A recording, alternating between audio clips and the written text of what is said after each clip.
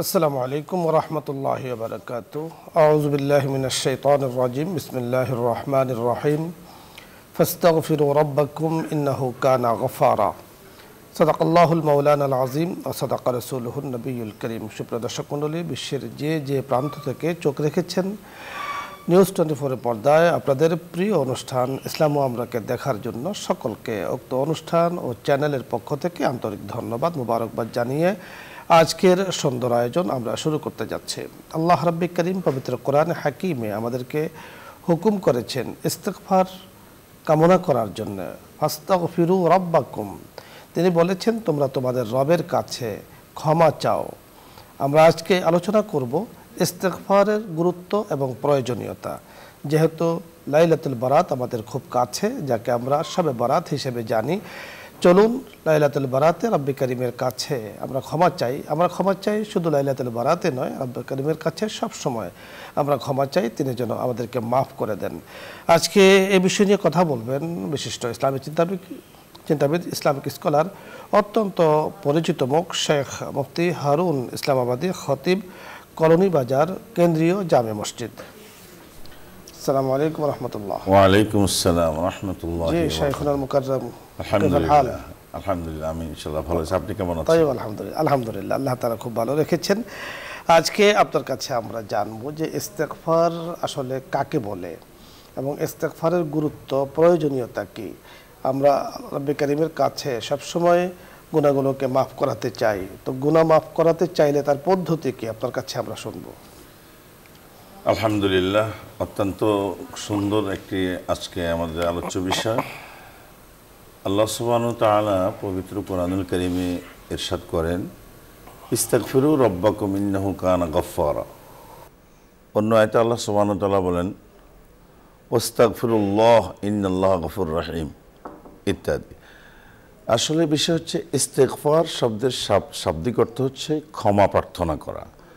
এটি মাজদারি অর্থ ইস্তিগফার বা ইস্তেফালের মাজদার ক্ষমা তলব করা, ক্ষমা চাওয়া। আরবি ভাষায় ইস্তিগফার বলা হয়। তো ইস্তিগফারের অনেক অনেক গুরুত্ব। ইস্তিগফার মানে হচ্ছে একজন মানুষ যদি খাঁটি দিলে রব্বুল কারীমের কাছে ইস্তিগফার করতে পারে, তওবাও বলা হয়। আল্লাহ সুবহানাহু ওয়া তাআলা তাকে সদ্য ভূমিষ্ঠ যে সন্তানটি, এরকম আল্লাহ তাআলা বান্দাকে মাফ করে দিবেন, আল্লাহ ওয়াদা। তবে এর মধ্য থেকে একটু ভিন্নতর আছে যে আল্লাহ সুবহানাহু ওয়া তাআলার কাছে আবার ঈমান আমল নিয়েই থাকতে হবে তার সাথে। তো সেই ক্ষেত্রে আমরা প্রত্যেকটা মানুষই আমরা অপরাধী, আমরা আমাদের সকলে আল্লাহর কাছে আমরা ক্ষমার মুহতাজ। সেই ক্ষেত্রে আমাদেরকে বেশি বেশি করে রব্বুল কারীমের কাছে ক্ষমা চাওয়া, মাফ চাওয়া। আর এর পদ্ধতি হলো ইস্তিগফারের মাধ্যমে। তো ইস্তিগফার কোরআনুল কারীমে অনেক ভাষায় আসছে। যেমন আল্লাহ সুবহানাহু ওয়া তাআলা সূরা নূহর মধ্যে ইরশাদ করেছেন, ফাস্তাগফিরু রাব্বাকুম ইন্নাহু কানা গফফারা, যে তোমরা তোমাদের রবের কাছে, তোমাদের প্রভু মালিকের কাছে তোমরা ক্ষমা প্রার্থনা করো। ইন্নাহু কানা গফফারা, নিশ্চয় তিনি অধিক অধিক সকলের ঊর্ধ্বে ক্ষমাশীল। এবং সূরা মুজাম্মিলের শেষে আল্লাহ সুবহানাহু ওয়া তাআলা বলেন, ওয়াস্তাগফিরুল্লাহ ইন্নাল্লাহা গফুরুর রহিম, যে তোমরা আল্লাহর নিকটে ক্ষমা চাও, আল্লাহ নিশ্চয় তিনি ক্ষমাশীল, অধিক অধিক ক্ষমাশীল। এবং কোরআনে কারীমে আরও বহু আয়াতের মধ্যে আসছে, বিসমিল্লাহির রহমানির রহিম, ওয়াইযা ফাআলু ফাহিশাতান আও যালামু যাকারুল্লাহ ফাস্তাগফারু বিযুনুবিহিম। এখানে আল্লাহ তাআলা বলছে, যখন তোমরা কোনো অন্যায় অপরাধ করে ফেলো বা নিজের উপরে তোমরা জুলুম করে ফেলো, সীমা লঙ্ঘন করে ফেলো, তো তখন তোমরা আল্লাহ সুবহানাহুর কাছে ক্ষমা চাও। আল্লাহর চেয়ে ক্ষমাকারী আর কেউই হইতে পারে না। তো ইস্তিগফারের বিষয় নবী করিম সাল্লাল্লাহু আলাইহি ওয়াসাল্লাম অনেকগুলো আলফাজ ব্যবহার করেছেন। তার মধ্যে একটি সুন্দর একটা দামি একটা ইস্তিগফারের নাম হলো সাইয়্যিদুল ইস্তিগফার। নবী সাল্লাল্লাহু আলাইহি ওয়াসাল্লাম বলছেন, যে ব্যক্তি সকালে এবং বিকালে এই ইস্তিগফারটি পাঠ করবেন, আর সে হয়তো রাত্রে বা দিনে যে কোনো অংশ মারা সে জান্নাতি হবে। সুবহানাল্লাহ। সাইয়্যিদুল ইস্তিগফারটি হচ্ছে, আল্লাহুম্মা আনতা রাব্বি লা ইলাহা ইল্লা আনতা খালাকতানি ওয়া আনা আবদুকা ওয়া আনা আলা আহদিকা ওয়া ওয়াদিকা মাসতাতা'তুকা আবু লাকা বিনি'মাতিকা আলাইয়া ওয়া আবুউ বিযামবি ফাগফিরলি ফাইন্নাহু লা ইয়াগফিরু যুনুবা ইল্লা আনতা। অত্যন্ত সকল রকমের ক্ষমা আল্লাহ তাআলা এখানে ক্ষমা করবেন। এবং হযরত জগৎ বিখ্যাত একজন আলেম যিনি হাদিসের জগতের সবচেয়ে বড় পরিসরে তার মেহনত, তিনি হচ্ছেন ইমাম মুহাম্মদ ইবনে হাম্বল রহমতুল্লাহ আলাই। তো তিনি যিনি বেশি বেশি কাসরতে যার ইস্তেগফার হবে তিনি মুস্তাজাবুদ দাওয়া হবে, এর একটা দৃষ্টান্ত ওনার জীবনী থেকে আমরা পাইলাম। সেটি হচ্ছে যে ইমাম মুহাম্মদ ইবনে হাম্বল, তিনি আহমদ ইবনে হাম্বল রহমতুল্লাহ আলাই, তিনি হাদিসের অনুসন্ধানে তিনি সফর করতেছিলেন। তো এক জায়গায় রাত্রি হয়ে গেলে তিনি মসজিদে প্রবেশ করলেন। তো সেখানে মাগরিবি নামাজ পড়লেন, এশার নামাজ পড়ে চাইলেন এই মসজিদে থাকবেন, কিন্তু দুঃখজনক বিষয় মসজিদ নিরাপত্তাজনিত কারণে খাদেমরা ওনাকে থাকতে দিলেন না। তিনি অনেক রিকোয়েস্ট করলেন, আর বাবা কোন শীতের রাত্রি, আমি অপরিচিত লোক, কোথায় যাব, আমাকে একটু আশ্রয় দেন। বললেন যে মসজিদ থাকার কোনো প্রসেসিং নাই। তো আল্লাহর ওলি বুজুর্গ, উনি তো ওই মসজিদের খাদেম তো আর চিনি না, উনি জগৎ বিখ্যাত, উনি আলেম, এত বড় মহাদ্দেশে আসর, এটা তো জানে না। তো সেক্ষেত্রে ওনাকে বের করে দেওয়া হলো। তখন তিনি যাইতে সামনে একটি বাজার পড়লো, ওই বাজারের মধ্যে তিনি দেখলেন যে একজন লোক, সে আরবিতে যা বলা খাব্বাস, রুটি বানাইতেছে। তো পাশে উনুন, চুলার মধ্যে রুটি বানায় বিক্রি করে। একটা পর্যায়ে ইমাম মুহাম্মদ ইবনে হাম্বল বললেন যে আপনি কি আপনার উনুনের পাশে, চুলার পাশে একটু বসে আমি আগুনের তাপমাত্রা নেব, আপনি কি আমাকে অনুমতি দিবেন? বলে হ্যাঁ অবশ্যই, আপনি আমার এখানে আগুন ফুয়াইবেন, এটা তো আমার খুশকিসমত ভালো, আমার তো কোনো অসুবিধা হবে না, ঠিক আছে। তো আগুন ফুয়াইতেছে, ওই রুটিওয়ালায় তিনি রুটি যখন বেলতেছেন আস্তাগফিরুল্লাহ, আবার রুটি খোলায় উঠাইতেছেন আস্তাগফিরুল্লাহ, আবার যখন রুটি তিনি বিক্রি করে টাকাটা ক্যাশে রাখছেন আস্তাগফিরুল্লাহ, বারবার আস্তাগফিরুল্লাহ, প্রত্যেকটা শব্দে সে আস্তাগফিরুল্লাহ। তখন জগৎ বিখ্যাত ইমাম এই মুহাম্মদ ইবনে হাম্বল রহমতুল্লাহ আলাইহির নিকটে কৌতূহল জাগে, এই লোকটা বারে বারে ইস্তেগফার বলে। আচ্ছা, বলে ভাই আপনি খালি ইস্তেগফার বলেন, আস্তাগফিরুল্লাহ বলেন, আস্তাগফির কি বিষয়টা? কয় যে ভাই আমি আসলে আস্তাগফিরুল্লাহর আমল আমার খুবই কার্যকর, আমি বেশি বেশি ইস্তেগফারের পিছনে আমি লেগে আল্লাহ তাআলা আমাকে মুস্তাজাবুদ দাওয়া বানাই দিয়েছে। তখন ইমাম মুহাম্মদ ইবনে হাম্বল আশ্চর্য হয়ে গেলেন, আরে ভাই আপনি মুস্তাজাবুদ দাওয়া, তার মানে মুস্তাজাবুদ দাওয়া বলা হয় এমন ব্যক্তিকে আল্লাহর কাছে যেই দোয়া করে সেই দোয়াই কবুল করে। সুবহানাল্লাহ, বড় চমৎকার আপনি বলছিলেন। দর্শক মণ্ডলী, ইস্তেগফার তলবে মাগফিরাত, ইস্তেগফার শব্দের অর্থ তলবে মাগফিরাত। আমরা বাংলায় যদি বুঝি তা হলো তলবে ক্ষমা, অর্থাৎ রব্বি কারিমের কাছে ক্ষমা প্রার্থনা করা। ক্ষমা প্রার্থনা কোত্থেকে করব, কিসের থেকে করব? রব্বি কারিমের কাছে আমরা প্রতিনিয়ত আমাদের জীবনের চলার পথে, বলার পথে, কাজের পথে অনেক গুনাহ, অনেক মাসিয়াত, অপরাধ হয়ে যায়। এজন্য আল্লাহ তাআলা রাসূল আকরাম সাল্লাল্লাহু আলাইহি সাল্লামের মাধ্যমে আমাদেরকে জানিয়ে দিয়েছেন যে প্রতিদিন রব্বি কারিমের কাছে তলবে মাগফিরাত কামনা করা, ক্ষমা কামনা করা। আর এর প্রয়োজনীয়তা এই জন্য যে আমি যখন রব্বি কারিমের কাছে বারবার ক্ষমা চাবো তো আমার জীবনটা গুনাহমুক্ত হয়ে যাবে।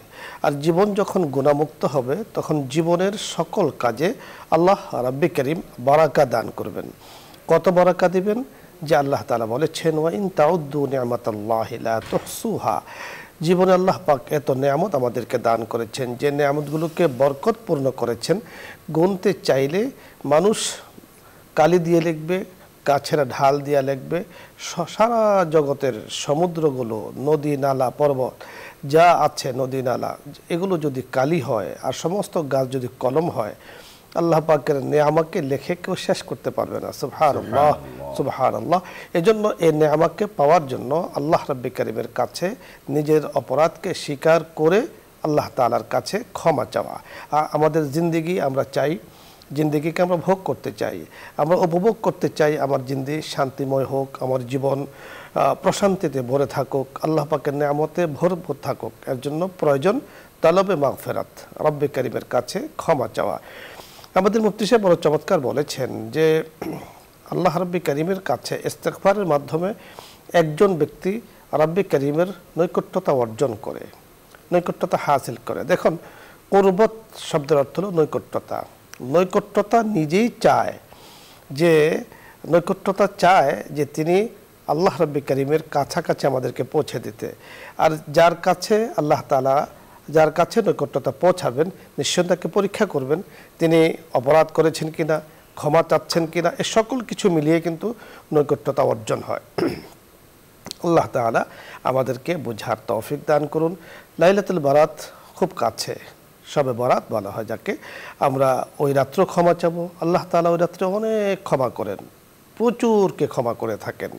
তবে কিছু মানুষ এমন আছে যাদেরকে ক্ষমা করেন না। হাদিসে বলা হয়েছে মুশরিক এবং মুশাহিন, যে শরিক করে আল্লাহ তাআলার সাথে, আর যে হিংসুটে বলতে আমরা বুঝি হাসেদ, অর্থাৎ অপরেরটা ধ্বংস হোক এটা সে কামনা করে, মানুষকে হিংসা করে, ভেতরে বাহিরে তার দুরকম, একরকম নয়। তো আল্লাহ তাআলা কাছে তওবা করলে এদেরকে আল্লাহ তাআলা মাফ করে দেবেন। মুশরিকও যখন তওবা করবে, খাঁটি দিলে, শিরিক থেকে ফিরে আসবে, আল্লাহ রাব্বুল কারীম তাকেও মাফ করে দেবেন। সুবহানাল্লাহ। তো এজন্য ইস্তেগফার জীবনে বহু প্রয়োজন, জীবনের প্রতিটি ঘাটিতে ইস্তেগফার প্রয়োজন।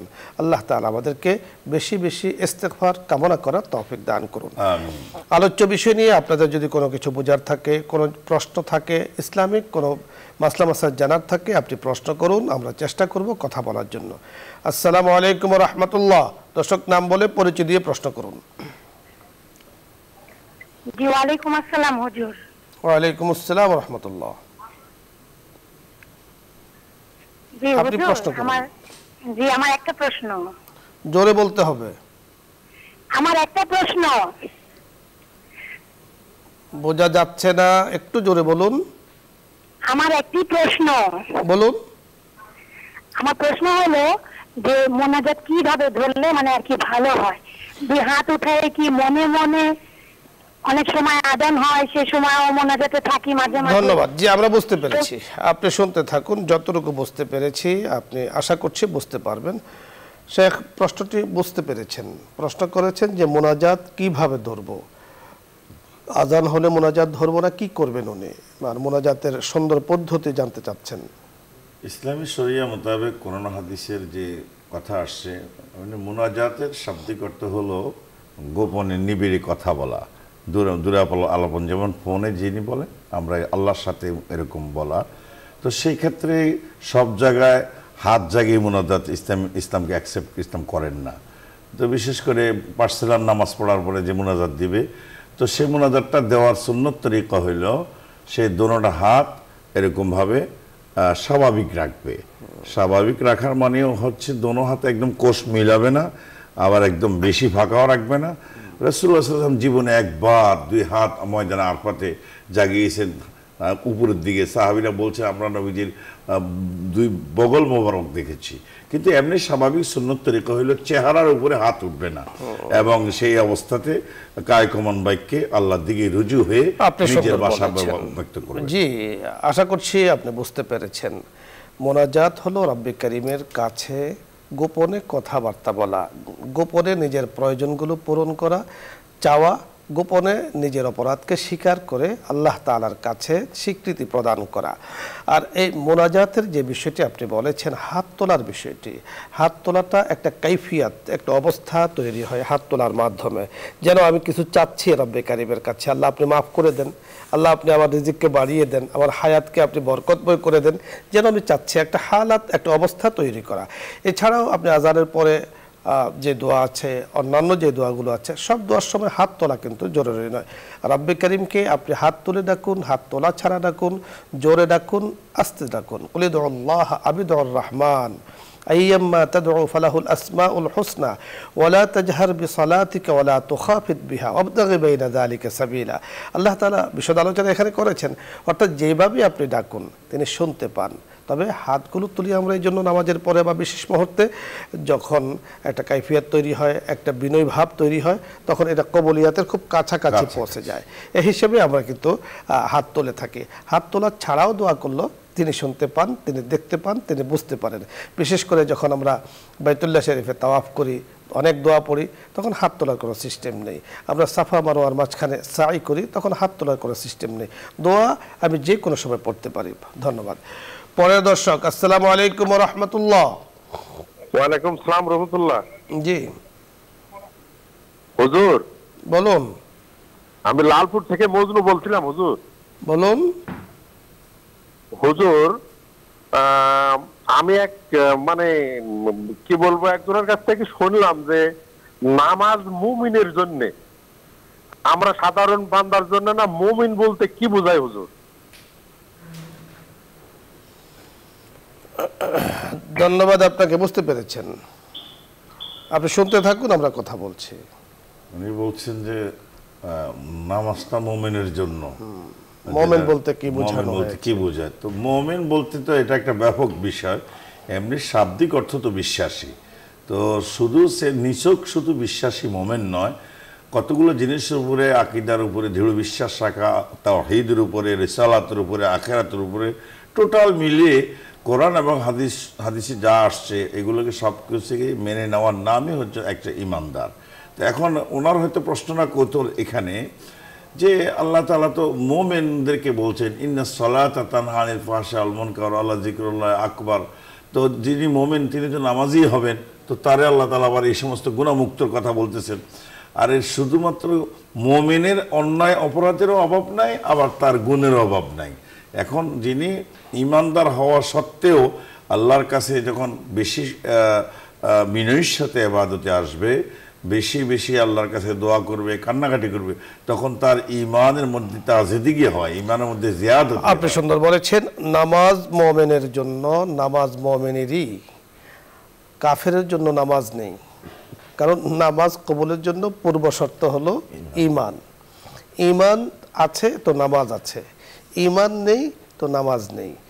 আপনি স্বাভাবিক আমরা বুঝি যে আমি যখন আমাদের জগতের মাঝে আমরা বিভিন্ন কাজ করি, বিশেষ করে গাছের সাথে যদি আমরা বোঝার জন্য, যে একটা গাছ আমি লাগিয়েছি, লাগানোর পরে যখন পানি ঢালবো তো গাছটা বড় হবে, একসময় ফল ধরবে, একসময় ফল পাকবে, আমাকে উপকার দিবে। ঠিক একজন মানুষের জন্য তার মানে মানবতার দাবি, তার মুমিনের দাবি, মুসলমানের দাবি হলো সর্বপ্রথম তার হলো ঈমানের গাছ লাগাতে হবে, ঈমানের উপরে আস্থা অবিচল থাকতে হবে।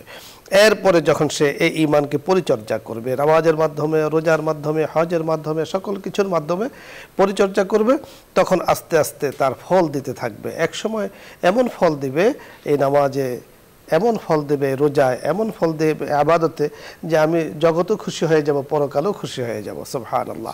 তো এজন্য সাহাবাই কেরামের ওই কথাটাই আমরা আপনাদেরকে শোনাতে চাই। সাহাবাই কেরাম বলেছেন তাআল্লামনাল ঈমান সুম্মা তাআল্লামনাল কোরআন। আগে আমরা ঈমান শিখেছি, এরপরে কোরআন শিখেছি, কোরআন থেকে নামাজ শিখেছি। এজন্যই তো কালিমার পরেই নামাজের স্থান। রাসূল আকরাম সাল্লাল্লাহু আলাইহি সাল্লাম বলেছেন বুনিয়াল ইসলাম আলা খামস, ইসলামের ভিত্তি হলো পাঁচটির মধ্যে সর্বপ্রথম হলো ঈমান, ঈমানের পরে হলো নামাজ, লা ইলাহা ইল্লাল্লাহ ওয়া ইকামাস সালাহ, দ্বিতীয় হলো নামাজ। তাহলে এই কালিমার পরে হলো নামাজ, কালিমার আগে নামাজ নয়। এই জন্য কাফির মুশরিকের জন্য নামাজ নয়, মুমিনের জন্য নামাজ। এবং বলা হয়েছে যে সালাতু মিরাজুল মুমিন, মুমিনদের জন্য নামাজ হলো মেরাজ। যেহেতু মেরাজ আল্লাহ তাআলা 5 ওয়াক্ত নামাজকে ফরজ করেছেন, বিশদ আলোচনা আছে। আসলে আল্লাহ তাআলা মুমিনদেরকে স্বচ্ছ করতে চান, স্বচ্ছ জীবন উপহার দিতে চান। এজন্য মুমিনদের ব্যাপারে পবিত্র কোরআনে হাকিমে অনেক অনেক হুকুম এসেছে। আল্লাহ তাআলা তাদেরকে জান্নাতি বানাতে চান। তো জান্নাতে তার এভাবে যাওয়া যাবে না, কিছু কাজ করে তো যেতে হবে, আল্লাহ পাকের হুকুম পালন করে যেতে হবে। ধন্যবাদ মুফতি সাহেব, ধন্যবাদ জানাচ্ছি আপনাকে। দর্শক মণ্ডলী, আপনাদের সকলকে ধন্যবাদ জানাচ্ছি আজকের এই সুন্দর আয়োজনে আপনারা শরীক হয়েছেন। জাযাকাল্লাহ আহসানাল জাযা। আল্লাহ তাআলা আমাদের সকলের জন্য উত্তম এবং খায়র কল্যাণের ফয়সালা করুন। বিশেষ করে আজকের অনুষ্ঠানে যে আলোচনাগুলো আমরা করেছি, আল্লাহ তাআলা তৌফিক দিয়েছেন যে ইস্তেগফারের গুরুত্ব, প্রয়োজনীয়তা। আমাদের প্রতিটি ক্ষণে ক্ষণে রাব্বি করিমের কাছে ইস্তেগফার করা চাই। রাসূল আকরাম সাল্লাল্লাহু আলাইহি সাল্লাম প্রতিদিন 70 থেকে 100 বার ইস্তেগফার করতেন, ইস্তেগফার বলতেন। যে রাসূলের কাবলান নবুয়ত বাদান নবুয়ত, অর্থাৎ নবুয়তের আগে এবং পরে কোনো গুনাহ ছিল না, তিনি মাসুম ছিলেন, আল্লাহ পাক তাকে নিষ্পাপ বানিয়েছেন। তিনি ইস্তেগফার পড়েছেন, আমাদেরকে শিক্ষা দিয়েছেন। আমাদের আরও বেশি করা উচিত। আমাদের জীবন্ত পাপে, আমাদের জীবন্ত গুনায় ভর্তি। এই জন্য যত বেশি ক্ষমা চাবো তত বেশি নিজের হাজাত আল্লাহ তাআলা পূরণ করবেন। আল্লাহ তাআলা আমাদেরকে কথাগুলো বোঝার তৌফিক দান করুন। ইনশাআল্লাহ আগামী দিন দেখা হচ্ছে বিকেল 3টা 30 নিউজ 24 পর্দায়। এই আশাবাদ ব্যক্ত করে আজকের মতো বিদায় নিচ্ছি। আসসালামু আলাইকুম ওয়া রাহমাতুল্লাহি ওয়া বারাকাতুহু। দোয়া হবে, দরুদ ইস্তেগফার পাঠ করি। اللهم صل على سيدنا ونبينا وشفيعنا وحبيبنا ومولانا محمد صلى الله عليه وعلى آله وأصحابه وبارك وسلم. أستغفر الله ربي من كل ذنب وأتوب إليه لا حول ولا قوة إلا بالله العلي العظيم الحمد لله رب العالمين والصلاة والسلام على سيد الأنبياء والمرسلين وعلى آله وأصحابه أجمعين رب اجعلني مقيم الصلاة ومن ذريتي ربنا وتقبل دعاء ربنا اغفر لي ولوالدي وللمؤمنين يوم يقوم الحساب آمين. اللهم اغفر لحينا وميتنا وشاهدنا وغائبنا وصغيرنا وكبيرنا وذكرنا وأنثانا اللهم من أحييته منا فأحيه على الإسلام ومن توفيته منا فتوفه على الإيمان لا إله إلا الله الحليم الكريم وسبحان الله رب العرش العظيم أسألك موجبات رحمتك وعزائم مغفرتك ومنجيات أمرك والسلامة من كل إثم والغنيمة من كل بر اللهم لا تدع لنا ذنبا إلا غفرت ولا هما إلا فرجت ولا مريضا إلا شفيته وعافيت ولا حاجة لك فيها رضا إلا قضيتها يا أرحم الراحمين آمين يا الله يا كريم আমরা ক্ষমা চাই মাওলাই করিম আপনার ক্ষমা ছাড়া আমাদের কোনো উপায় নেই মাগফিরাত দারাত উম্মীদ আজ লুৎফে তো مغفرت دارد امید از لطف تو ذاک خود فرموده الا تقنطو بحر الطاف تو پایا بواد نه امید از رحمتت شیطا و بواد صالحا در بد نعسیا گشتایم آخر از کرده فشیما گشتایم یا আল্লাহ আপনার কাছে আমরা ফিরে এসেছি মেহেরবানি করে আমাদেরকে আপনি মাফ করে দেন আমিন तमाम জাহানের উম্মতে মুসলিমাকে আপনি মাফ করে দেন আমিন ইয়া আল্লাহ যে অনুষ্ঠানে বসে হাত তুলেছে আমাদের সাথে যারা যুক্ত হয়েছেন তাদেরকে মাফ করে দেন আমিন আয়োজক বৃন্দদেরকে আপনি মাফ করে দেন বসুন্ধরা পরিবারকে আপনি মাফ করে দেন চেয়ারম্যান মহোদয় আব্বা আম্মা সহ আত্মীয় স্বজন যারা কবরবাসী হয়েছেন মাওলাই করিম উম্মতে মুসলিমার মধ্য থেকে যারা কবরবাসী হয়েছেন কবরের জিন্দেগি কেমন আমরা জানি না আমরা যতটুকু জেনেছি কবর বাগান হয় অথবা আযাবের গর্ত হয় ইয়া করিম মেহেরবানি করে তাদের জন্য বাগান আপনি বানিয়ে দেন ইয়া আল্লাহ নাজ ও নিয়ামতের ফয়সালা করে দেন জান্নাতি জিন্দেগি দান করেন জাহান্নাম থেকে মুক্তির ফয়সালা করে দেন মাওলাই করিম মেহেরবানি করে আপনার কাছে আমরা বারবার ক্ষমা চাই মেহেরবানি করে আমাদেরকে মাফ করে দেন ইয়া করিম বুঝে না বুঝে গুনাহ হয়ে গিয়েছে মেহেরবানি করে সকল গুনাহগুলো আপনি মাফ করে দেন আমিন ইলাহি গর কে দরিয়া এ গুনাহ হাম তো মেদানি व खुद हंसते गवाहम गुनाहे बेअदद बारे बस्तम हजारा बारे तौबा शिकस्तम ইয়া আল্লাহ তওবা করে আবার ভঙ্গ করে শয়তান ওয়াসওয়াসায় পড়ে মাওলাই করিম সর্ব অবস্থায় শয়তানের ওয়াসওয়াসা থেকে আমাদেরকে হেফাজত করেন আমিন ইয়া আল্লাহ আমাদের দেশের জন্য খায়র ও কল্যাণের ফয়সালা করে দেন ইয়া আল্লাহ খাজানাগুলো আপনি নাজিল করে দেন জমিনের খাজানাগুলো আপনি উত্তোলন করে দেন মাওলাই করিম শান্তি ও রাহাতের ফয়সালা করে দেন দেশের জন্য যারা মেহনত মুজাহাদা করছেন ইয়া আল্লাহ তাদেরকে নেক হায়াত দান করেন ইয়া আল্লাহ ইনসাফ ভিত্তিক দেশ যেন আমরা উপহার পাই মাওলাই করিম আপনি কুদরতিভাবে সেই ব্যবস্থা করে দেন মাওলাই করিম আমাদের সকলের জন্য ইয়া আল্লাহ আসান মৌতের ফয়সালা করে দেন ওয়া সাল্লাল্লাহু তাআলা আলা খায়রি খালকিহি মুহাম্মাদিন ওয়া আলা আলিহি ওয়া আসহাবিহি আজমাইন برحمتك يا أرحم الراحمين